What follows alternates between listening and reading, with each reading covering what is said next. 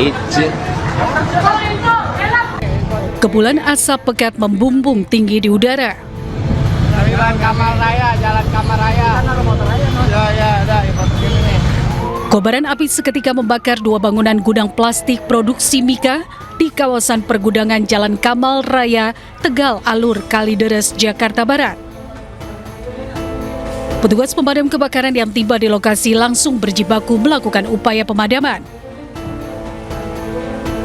Banyaknya material plastik dan kimia yang mudah terbakar sempat menyulitkan petugas pemadam kebakaran untuk menjinakkan si jago merah. Sedikitnya dua gudang yakni produksi dan hasil produksi plastik Mika ludes terbakar. Dugaan sementara kebakaran ini berasal dari korsleting pada bagian panel listrik dalam gudang. Ada dua bidang. Yang pertama adalah bidang produksi, yang kedua adalah hasilnya itu Mika atau semacam alat untuk naruh bolu itu jadi plastik. Nah itu yang bidang kanan, yang bidang kiri itu yang hasilnya. Nah untuk kesulitannya memang akses untuk ke TKP Solambonnya itu lumayan jauh gitu. Api berhasil dipadamkan setelah 2 jam dan 22 unit mobil pemadam kebakaran dikerahkan ke lokasi. Tidak ada korban jiwa dalam peristiwa ini, namun kerugian ditaksir mencapai ratusan juta rupiah. Dari Jakarta, Miftahul Gani, iNews melaporkan. Menolak eksekusi tanah sengketa ratusan warga Halifehan dan Tulamalai, Kecamatan Kota Atambua, Kabupaten Belu, Nusa Tenggara Timur, ricuh dengan aparat warga yang tidak rela tempat tinggalnya digusur, menyerang aparat secara membabi buta menggunakan bom molotov. Akibatnya 2 aparat terluka.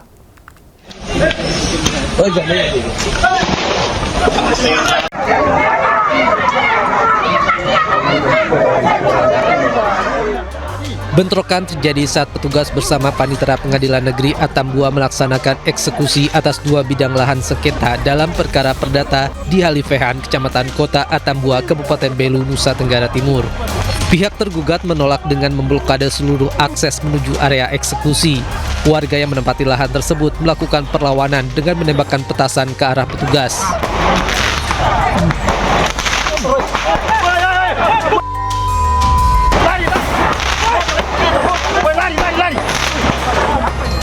Warga juga menyerang aparat dengan batu dan bom molotov, mengakibatkan 2 anggota Polres Belu serta seorang Panitera Pengadilan Negeri Atambua mengalami luka serius di wajah.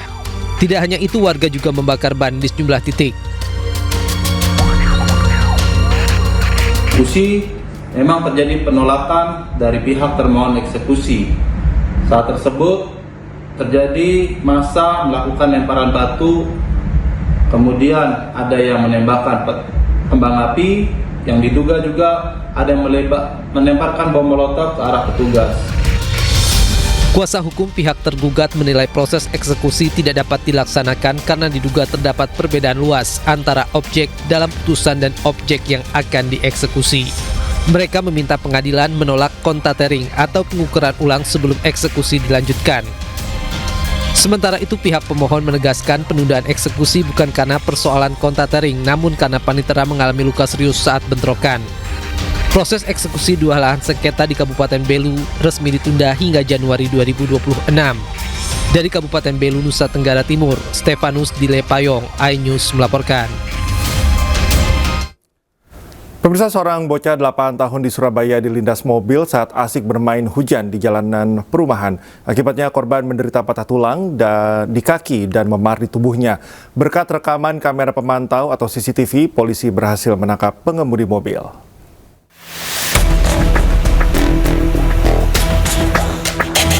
Beginilah detik-detik tabrak lari yang terjadi di kawasan perumahan Tenggilis Timur, Kecamatan Tenggilis, Bejoyo, Surabaya. Dari rekaman kamera pemantau CCTV, terlihat seorang bocah tengah asik bermain hujan dan duduk di tengah jalan. Kemudian melintas sebuah mobil warna hitam yang langsung melindas dan menyeret tubuh korban. Bukannya berhenti, pengemudi mobil memilih kabur dan melanjutkan perjalanan. Menurut saksi mata, saat kejadian, korban bermain hujan bersama seorang temannya. Beruntung temannya bermain di pinggir jalan dan tidak ikut menjadi korban. Usai tertabrak mobil, korban yang masih selamat diantar pulang ke rumahnya oleh warga. Berdasarkan rekaman CCTV, polisi berhasil menangkap pengemudi mobil berinisial IM, 62 tahun, warga Kendang Sari, Surabaya. Dari hasil pemeriksaan, pengemudi mobil mengaku tidak mengetahui telah menabrak dan melindas bocah sehingga melanjutkan perjalanan. Pengakuannya dia tidak mengakui atau tidak tahu ataupun tidak sadar bahwa yang beliau tabrak ataupun lindas itu merupakan anak kecil. Beliau menukarnya dikira seperti batu ataupun benda yang lain. Dan pada saat itu memang hujan sangat deras dan memang di CCTV anak tersebut sedang bermain di tengah jalan dalam keadaan jongkok. Akibat kejadian ini, korban menjalani perawatan di rumah sakit karena mengalami patah tulang paha kanan dan memar di sekujur tubuhnya. Sementara pelaku dan barang bukti lain diserahkan ke unit Laka Lantas Polrestabes Surabaya untuk penyelidikan lebih lanjut. Dari Surabaya, Jawa Timur, Yuda Prawira, iNews melaporkan. Keinformasi lain nih pemirsa, memasuki hari kedua banjir akibat luapan Sungai Citarum yang merendam 3 kecamatan di Kabupaten Bandung masih terjadi. 1.300 rumah warga terendam banjir dengan titik terdalam mencapai 120 cm.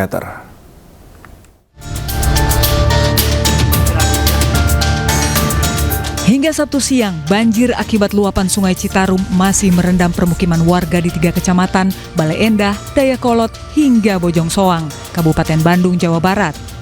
Ketinggian air yang merendam permukiman warga ini berkisar antara 80 hingga 120 cm. Warga terpaksa menggunakan ojek perahu agar dapat beraktivitas di luar permukiman. Di Kecamatan Dayakolot sedikitnya ada 1.300 rumah warga yang terendam banjir. Warga juga menyampaikan hingga saat ini belum ada bantuan dari pemerintah setempat. Sudah surut lagi. Nah, baru kemarin hujannya juga berturut-turut hingga semua bagai wilayah, jadi terdampaknya di sini khususnya di Kecamatan Dayakolot, Desa Dayakolot. Ini berapa meter ini, Pak? Ini kurang lebih ada 120 lah. Warga berharap banjir di wilayah mereka dapat segera surut. Dari Kabupaten Bandung, Jawa Barat, Yuan Pangestu, iNews melaporkan. Pemirsa, seorang ibu tiba-tiba pingsan setelah berjam-jam menunggu BBM yang tak kunjung tersedia di SPBU. Antrian panjang yang menimbulkan kemacetan ini seolah menjadi pemandangan harian di seluruh SPBU di Aceh Singkil.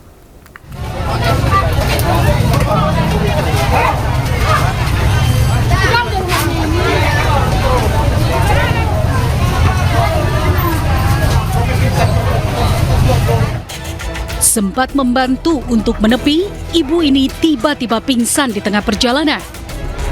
Petugas pun akhirnya membopongnya ke tempat yang lebih sejuk.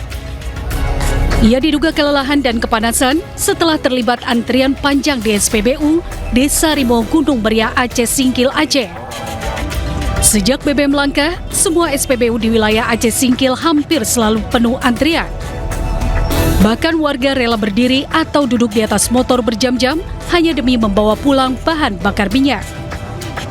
Warga berharap pemerintah bergerak cepat agar mereka tak lagi mempertaruhkan kesehatan hanya untuk mendapatkan bahan bakar.